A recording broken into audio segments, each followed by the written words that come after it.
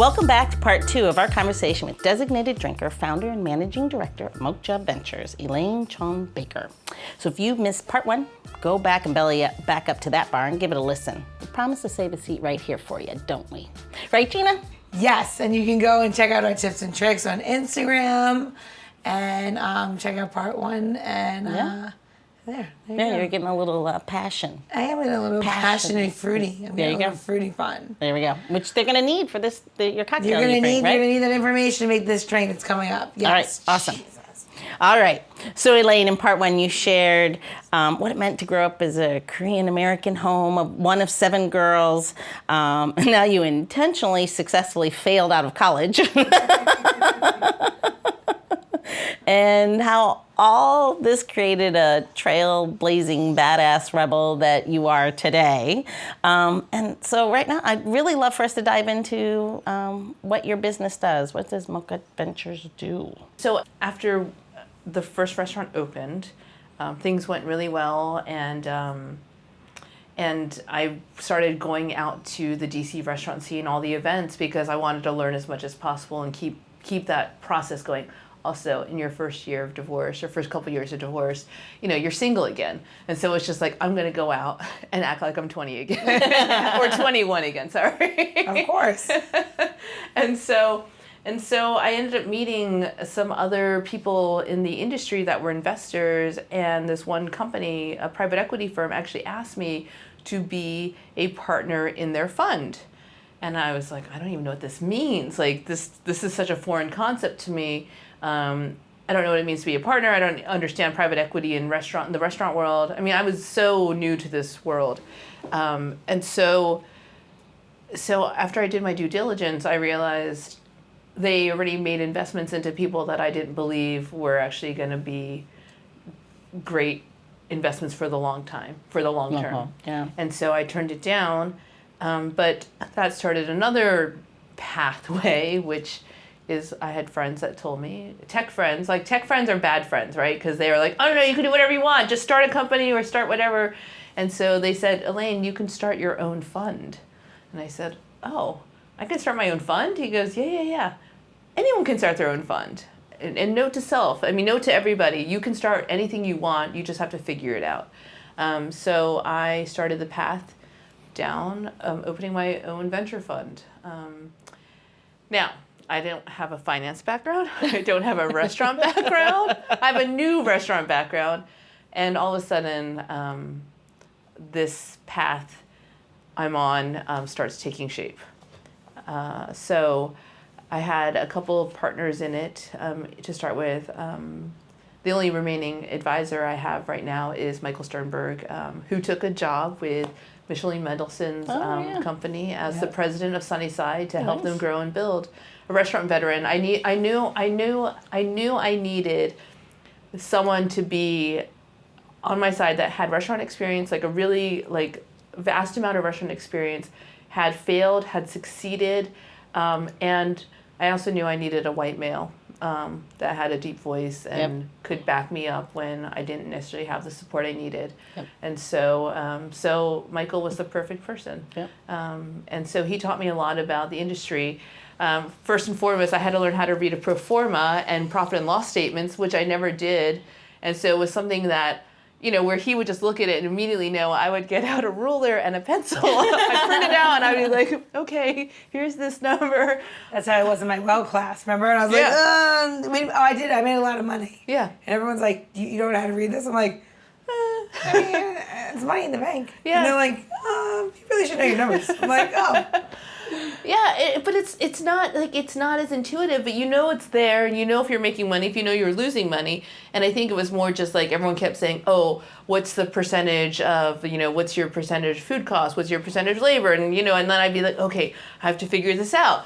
But you end up learning it, and it's important. But in this process, even though I wasn't sure if this was like the thing for me, I had to keep trusting my gut. And so little did I know, within 6 months I was able to raise money from 4 investors. Wow. And I would say they were not friends of mine. They were like friends of friends or one random stranger. And so, but that was a true belief in myself and a true belief in what I was doing. So it wasn't about me. Like, none of the work I've done in the industry is about me. It's always about like, who am I serving? And so by starting a fund, I knew that I could invest in people doing great things for the industry. And so, that's great. And so, I mean, it was like, but it was a realization, because I think all my life, I think my mom has always taught us like to be of service to others. Like, that's one of her biggest things. When you're in a family of, 9 people, I feel like I was always in service to someone in my family, right? I was Whether you like it or not. Yeah, exactly. It's like you're doing the dishes or whatever. Take care of the babies. Yeah, taking care of the little ones. You're always in service. But it was something that I've always been raised with, and this has carried on in, just when I'm thinking about the restaurant industry. And what I was trying to do initially was I wanted to find great people, invest in them, and then make money. Of course. Because my first investment, I made all my money back in the first, I think, 18 months. Wow. Yeah. It's amazing. Yeah, and so but I thought that was normal. I know. Yes, but once again, also Buttercream Bake Shop. I invested in Tiffany McIsaac, Buttercream Bake Shop. She also paid back within, I think, 15 to 18 months. Wow. It's kind of like finding people that have this drive to whatever it takes to pay everyone back, so you could then start making the money. Because usually the investment structure is you pay your investors back, and then it flips, so you take the bulk of the profits, and then the investors take less because they've been paid back. Yeah. And so it's called Class A, Class B. Yeah. Shares. Yeah, and like the flip and everything. Yeah. I mean, it was important to like, and I still felt so new to it all. I'm gonna take a break here. I think this woman deserves a cocktail, Gina. Why don't we do that? Yes, let's have a cocktail. Let's do a cocktail. Let's do it. Oh, good. Thank God. I was like, I need a drink. Yeah.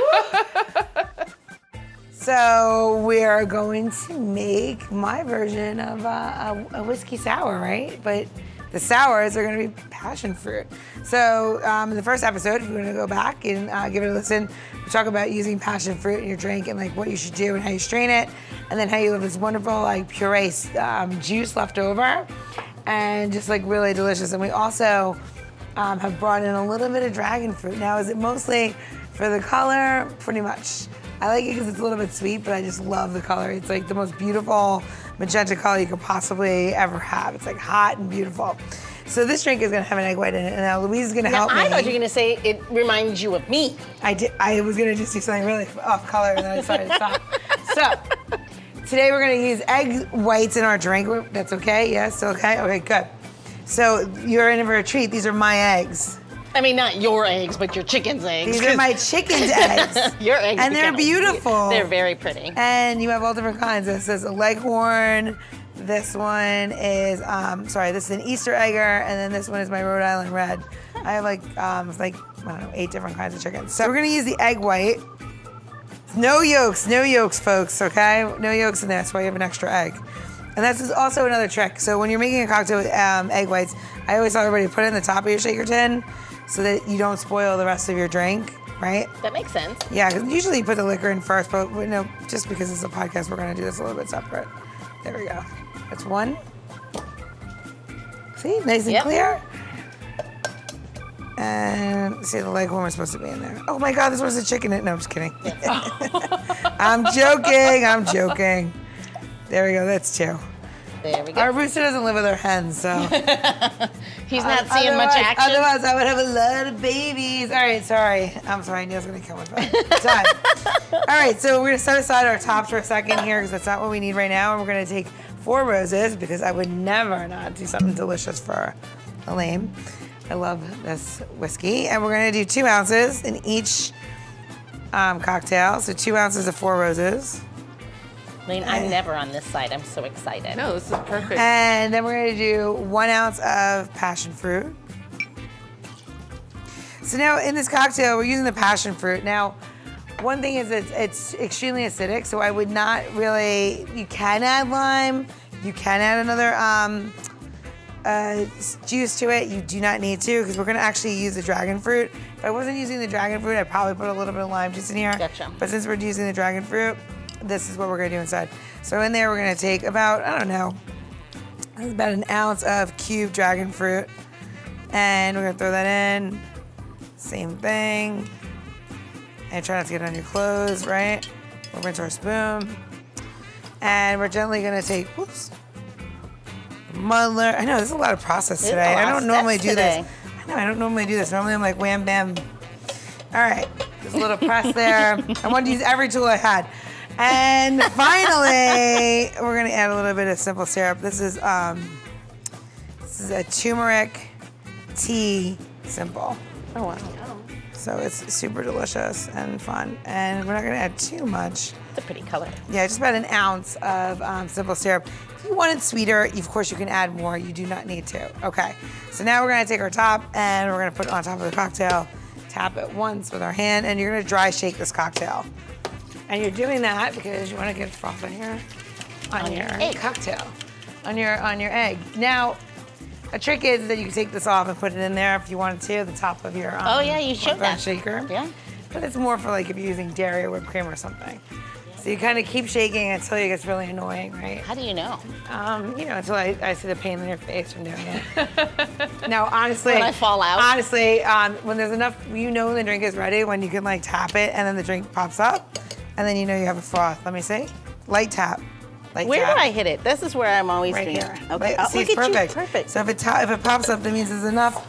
That means there's enough going on in there, and it's ready to go. We're Okay. doing a chicken dinner. Yes. So we're gonna get some ice, and then we will wet shake it. Smells good. All right. So now here comes the tricky part. Be careful because you're gonna put this in, right? So just Ice. Yeah. Okay. Yeah. Right now, tap. And now you really have to hold it because it's going to want to like escape. Ready? This drink is only as good as you shake, and as long as you shake it. You gotta smile like you're on camera. Yeah, that's this. Since then you know you're a rookie bartender. Wait, who's the psychotic one from the Trailblazers? Yeah, exactly. Merriweather or... So when you can write your name on it. See this? That one's my drink. Then it's cold enough, and then it puts, yeah. Oh, She's yeah. the pro. We gotta make sure it's shaken. Otherwise it's not gonna work. Okay. Oh, beautiful. Okay, so now you have your beautiful, pretty color. This is the last part of the drink, which is really important, is you're gonna double strain this one. Right? So you can take yours. You're gonna have to wait a second though. Yeah, because we have double strain. This drink is worth it. You work it and it's worth it. It's so pretty. Oh, that's gorgeous. It's a tasty little beverage. This one is a pain. It's a little, you know what? This is like a labor. It's a little bit of labor of love. Yeah, I would So say. you're gonna be passionate about your craft, right? That's why we call it the passion. Look how pretty that is. But it's gorgeous. All right, go ahead. Okay. Oh, I love it. I'm gonna be like you someday, Gina. And you're double straining it because you don't want to make sure that like that little bit of dragon fruit, the seeds and stuff, you're not gonna put it back in this drink. It doesn't need anything else. I guess then you won't have those little seeds in your teeth, so that's a good thing. Well, yeah, I mean, it's gross, right? Like, why do you want that? All right, everybody, so there it is. There she is, the passionate. All right, so what do you think? It's great. I love it. It's so pretty. It's beautiful. So we serve this one up, right? So a whiskey sour, let's just talk about whiskey sour for a minute. If you serve a whiskey sour on the rocks, you're gonna put a drop or two of soda water in it, like, because it needs it with the ice. If you're gonna serve a whiskey sour up, then you're gonna serve it, generally no soda water. You could, if you wanted to, put a pop in there, but when you have like an up drink, sometimes the soda water will break the egg, and then if it's not on ice, if it's on ice, it's a totally different story. Oh, interesting. Yeah, but I love a good sour drink. Like, I love whiskey because it's kind of sweet. I love all of the things, like, I don't know. I just, dragon fruit's so beautiful, and then you have the really sour of the passion fruit. It's just so yummy. Like, You almost don't want to drink it. It's so pretty. I know. It's Like, funny. oh, I ruined it as soon as I tipped the glass. I sometimes think that passion fruit is like the perfect sour. People are always like, oh, passion fruit's sweet, right? And you're like, No. Clearly you've never had it. It makes your face suck in. And it's put in the best way possible. That's interesting. That's kind of, I mean, that's, I guess where your tip comes into play, because obviously you're introducing listeners in another way of looking at bringing flavor profile that they may not use normally. Oh, yeah. I love that. I also love to cook with passion fruit. Like with a puree of passion fruit, like even like chicken or like marinating it in there, especially if you're going to do like a barbecue or something like that. Like using the purees, like you don't have to just like pork, it's good with. Yeah, that would make sense. Yeah. So where are they going to go to get this recipe? You're going to go to designateddrinker.show for the recipe and how to. And then you can go back to Instagram at Designated Drinker and check out, all the different tips and tricks. Yep. They're all there, all the recipes. And then, of course, you can always just scroll down into your episode notes. You'll be able to get to all those links back to the website. Of course, all of Gina's amazing recipes through the last 6 seasons. Oh, my gosh. Crazy. And then, and you can see her in action. You can learn. And apparently, you're going to see me in this recipe making that I didn't do quite as well, but I got to, hang with you. That was kind of fun. You did great. He's got a little arm shaking. No, I'm just kidding. Yeah, I got to get a little more muscle in there. I mean, not really. Well, I was on vacation for 2 weeks. I sat on the beach. The heaviest thing I picked up was my glass of wine. So what kind of businesses do you invest in then? I know you said ones that actually give back. Is it just restaurants? No. Just restaurants? So restaurants and hospitality tech.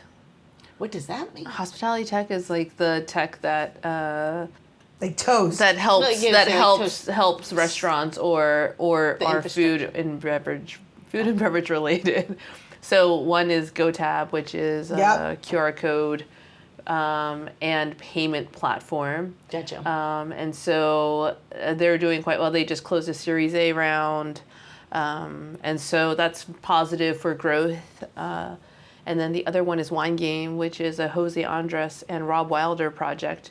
So what they did, and this is what got me hooked, because I'm not a wine person, right? I don't know how to identify wines. And so what got me hooked was that you play this game, the bottles are blind, so you don't know what they are, but the app actually has it programmed in. Someone programs in the bottles that you're drinking, and you have to guess the grape, the region, the country, and then the vintage or the label. Wow. And so just looking at the bottle. No, by tasting it. Oh. Yeah, so you would taste it and you're like, oh, I think that's Pinot Noir. Okay, great. And then you're like, okay, Pinot Noir. Okay, now you have to guess the region. Yeah. So it's, it's Oregon and then the country would be USA, or it's, another France. France and, whatever region. Yeah. And so I learned a lot from that. Of course, I didn't remember because you're drinking all this wine. Yeah. You're like, okay, great. I'm such a good student. Yeah. But it was a really, really fun game. I would buy it. I would buy the kit from a wine store if someone said. Yeah, I would buy it. Yeah, it's like an easy. I don't like book club. I like wine club. Yeah. I'm not a reader. I'm a listener. So I mean, that's fun to me. Right? Yeah, and so hopefully maybe as things. The tech founder is great, Gary Mendel, and so he's keeping it together while the years go on. But it's one of those things you hope for the best. You hope that this will happen. This will all turn out the way you think it should, and the way you're sold too. I mean, everyone's pitching. Sure. I have to base it on a pitch, and then I have to base it on testing product. Whether it's a tech product or it's a drink. Like if I was going to invest in Gina, I'd be like, okay, what can she do? Like, what's she like? And so, and is Gina coachable, right?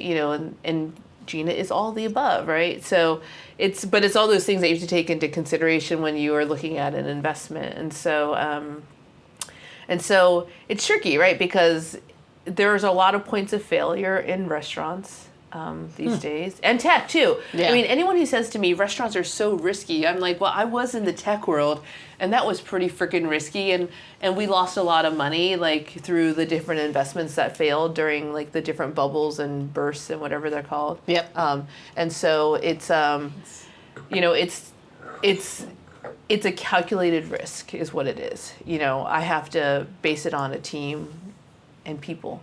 Yeah. And so even with the tech stuff, I have to base it on a team. But I mean, with tech, it's a long game. You have to keep putting money in until someone, either you have an exit, you have to have like some sort of exit scenario.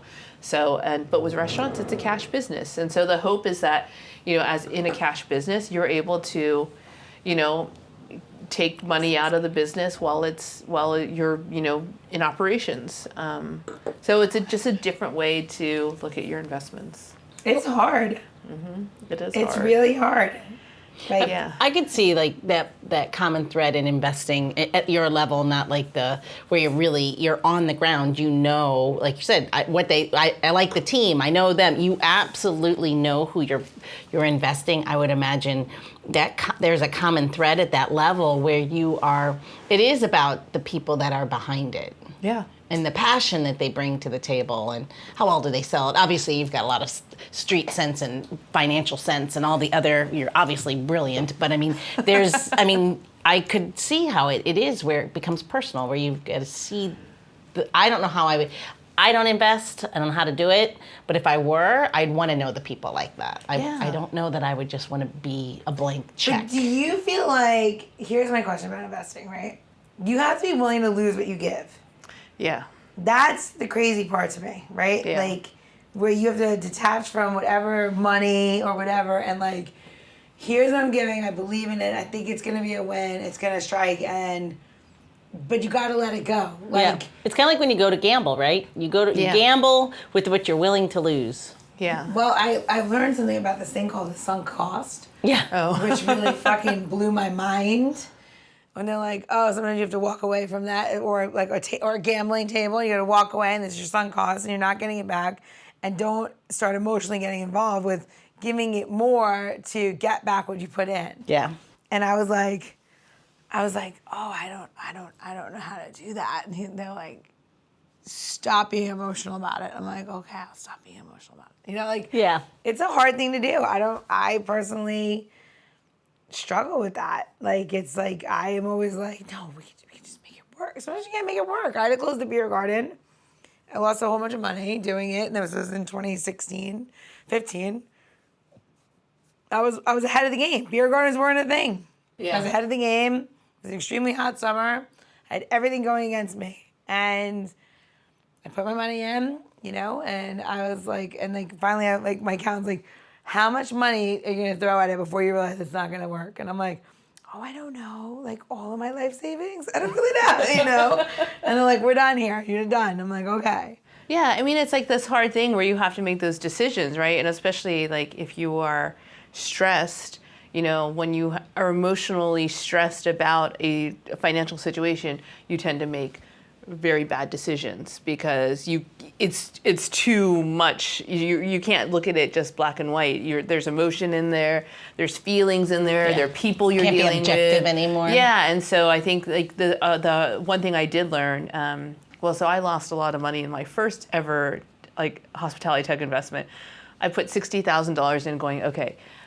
I knew I shouldn't have done it, but my friend basically was like, oh, will you invest in this project? And I remember sitting there and looking at him across the table, and in my head, I was like, I should just tell him no. I should just tell him no. And I said, okay, I'll do it. And then I was kicking myself from that moment on. The company died within 3 months. Wow. So basically, What was it? It was this kind okay?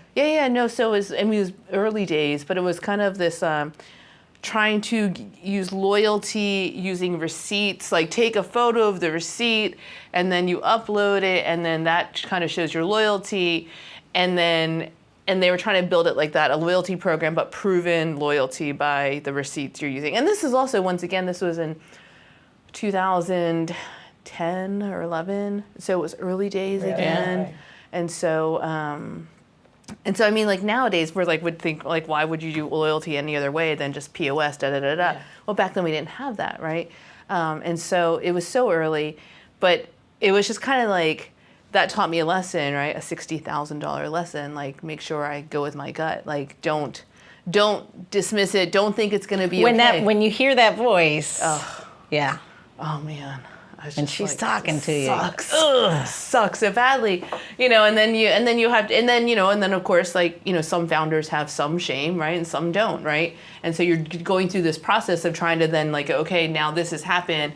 Now I need to do this on my taxes and everything. I mean, like, so the transaction, I mean, I had a restaurant closed, and it was only a $10,000 investment, but the pain and suffering to get my taxes for my investors, because I have to get taxes from the restaurant, then I have to do my K1s to my investors, right? So it's a process, right? It's not just like, you get your K1 and then it's done. It was so much pain for 3 or 4 months just to get our taxes. Everyone had to file late, and people are understanding to a certain point, but not when you need to drop your estimated taxes and then think before you're going to get them back because you're late on oh my God, no. Yeah, no. So the owner wasn't communicating. The general manager wasn't communicating. I went to the guy that brought me in. He's like, I don't know. Like, they're not talking to me either. And it's just like, what the fuck is happening? Someone do your fucking job and do your job. I mean, that's your responsibility. That's a legal responsibility. And that was just so frustrating that I get it. Like, you fucked up. And this was a lesson, like, I try to teach others, right? Yep. You fucked up. Own it, and then do the right things. But a lot of, I think this is the hard part, right? Is, like, you're embarrassed, right? Yeah. I've been embarrassed multiple times, right? But I know I have to do the right thing. Like, it sucks. I have to, But I realize it's the only way to move forward in life. The only way. Investors come with a whole different set of needs, expectations. When times are great, everyone's happy. When times aren't good, it sucks. They want the answers immediately. Yeah. Right? And so, try to do things. Like, I get it. Like, you want to start something. You want to build something. Awesome. Great. Figure out how to do it. Without finding investors, because it's not the only solution. I actually have a 1-pager of all the different funding. We can do this in the show notes. But there are other ways to find money. Also, if you can't find the money and people don't believe in your idea, then it might not be the best idea either. I mean, just because you believe in it doesn't mean it is the best idea. Wouldn't you say, too, that also, because I went down this road for a minute looking at angel investors, you also need to have the right investor. Like, if one investor says no, it may be that, to your point, you're right, at the end of the day, you might not have something has any value. But then also when you start, if you get a yes, make sure it's the right yes. Don't be desperate and take it, because you might end up with an investor that is your worst nightmare. Yep. What's the difference between an investor and an angel investor? I always heard the two things. It's the same. Okay. It's the same. But angel investor, is kind of like your first line of investors. Like, if you have like a spectrum of investors, your angels are the beginning. Angels are the ones that, believe in you and your product or your idea or your concept. And then, and then it keeps going up. And then you have there are groups of investors. Where they're a little they're detached. Yeah, they're a little bit, exactly. Definitely more detached. And then I try to be a strategic investor and to help the founders, owners, be a voice of, a perspective, right? Because I have a perspective that may be totally different from you as the operator. That's where I try to add value in that way. So that's what Shark Tank's like, right? Like, that's a strategic investor. Yeah, yes, yeah. So that's how they pick them, is the strategic investors. Because you don't want, so the beware of the vanity investor. That's one of the hardest investors to work with, because they're the ones that own the place, and they come in and, and they want a table for 12, they want a discount, they all want these things. At the end of the day, it's a business, right? So you're investing in something because you want to make money. Yeah.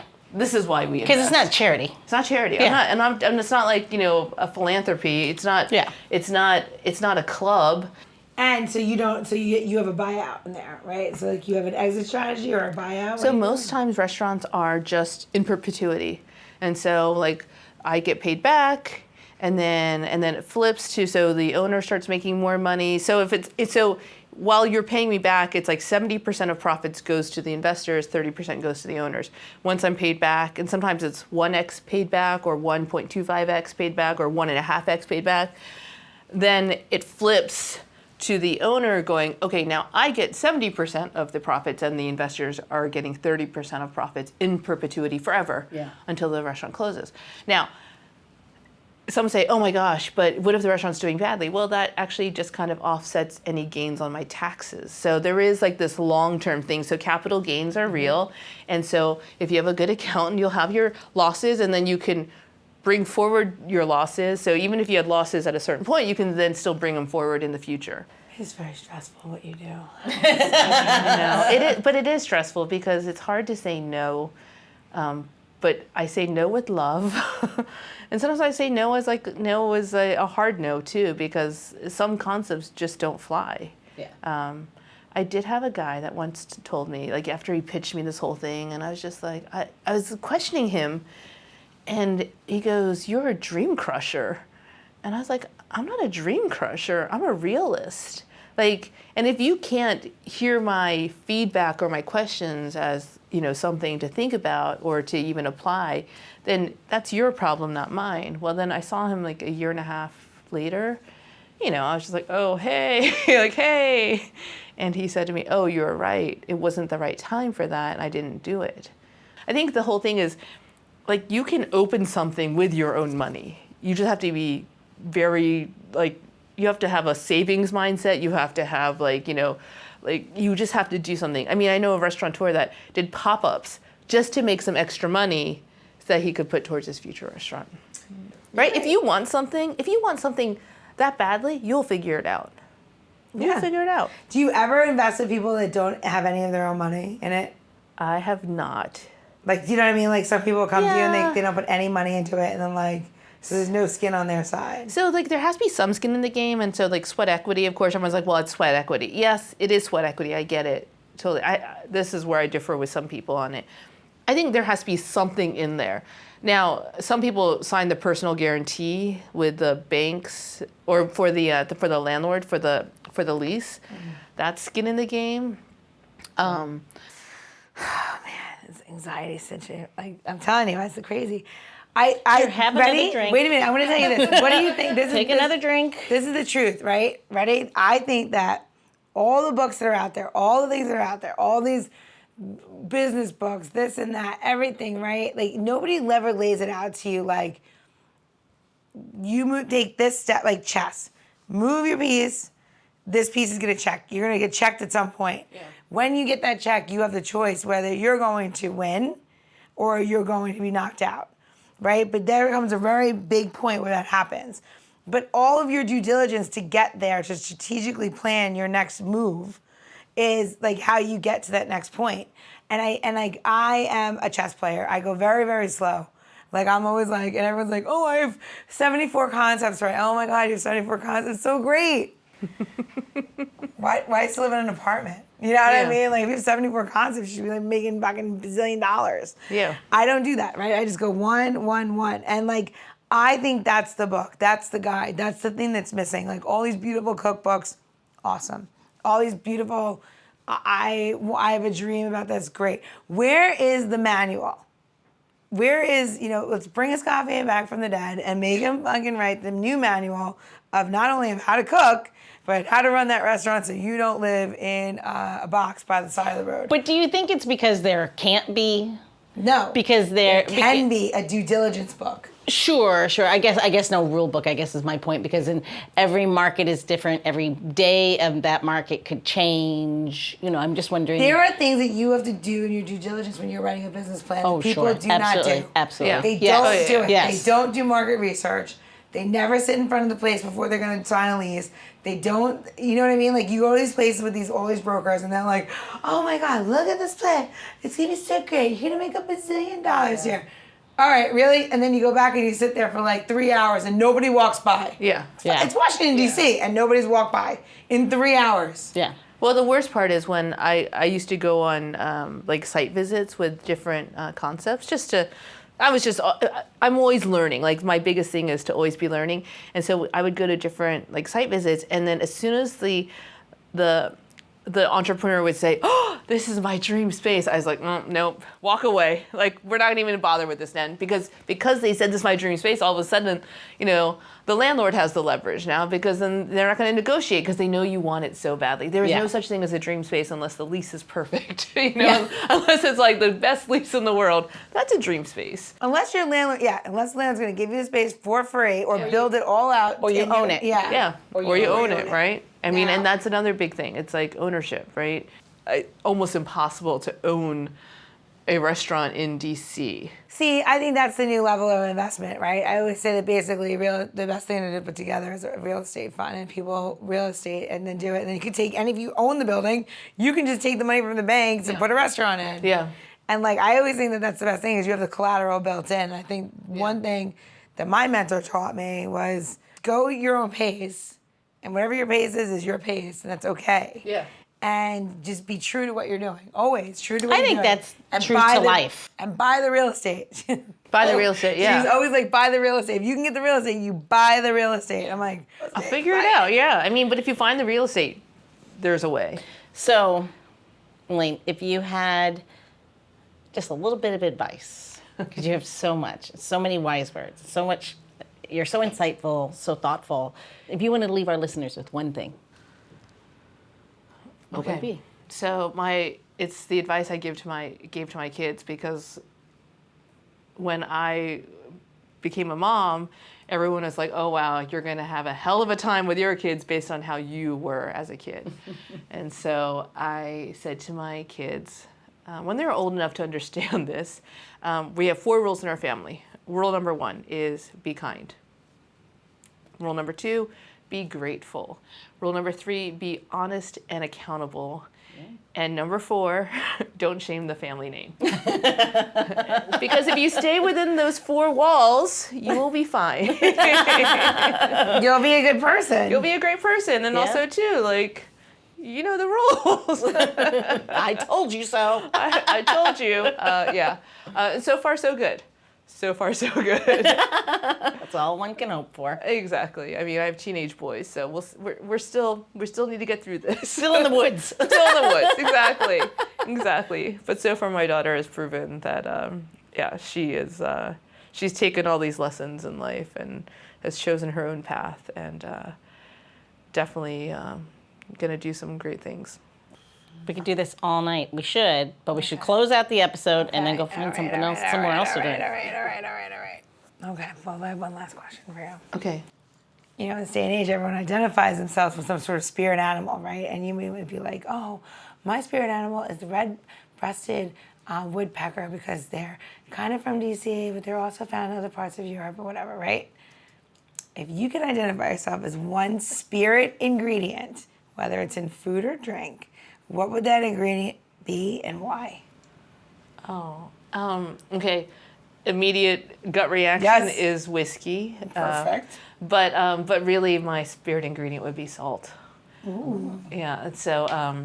So already my kids told me that like the engraving of my tombstone needs a little salt. Because when I'm tasting something and when I talk and like cooking and that comes up. I'm like, oh, it needs a little salt. My God, that's so funny. Yeah, so salt would be my true food spirit. We have to get you on Food Network. That's all the judges ever tell you when you're sitting there. They're like, Gina, it's really good. I mean, if I was going to tell you anything, I would say it probably needs more salt. I'm like, oh, it's a half a pound. So all right, you got it. Think about the judges' palates, though, how abused they are. Yeah, I'm like, okay, half a pound salt. You got it. I'll put some more in there. No problem. See you next time. Right. What a pleasure. Absolutely. On that note, thank you for all the lessons, spending so much time with us. Thank you. Cheers. The Designated Drinker Show is produced by Missing Link, a Latino-owned, strategy-driven, creatively fueled production co-op. From ideation to creation, we craft human connections through intelligent, engaging, and informative content. Also in the Missing Link lineup of podcasts is Roger That, a podcast dedicated to guiding you through the haze of dementia, led by skilled caregivers. Now, if you're looking for a whole new way to enjoy the theater, check out Between Acts, an immersive audio theater podcast experience. Each episode takes you on a spellbinding journey through the works of newfound playwrights, from dramas to comedies and everything in between. Find Missing Link's League of Podcasts on Apple Podcasts, Spotify, or wherever you listen to your podcasts. And while you're there, please don't forget to follow, download, and review the shows. Your reviews help our shows reach new audiences. To find out more about Missing Link, visit missinglink.company. That's missinglink.company.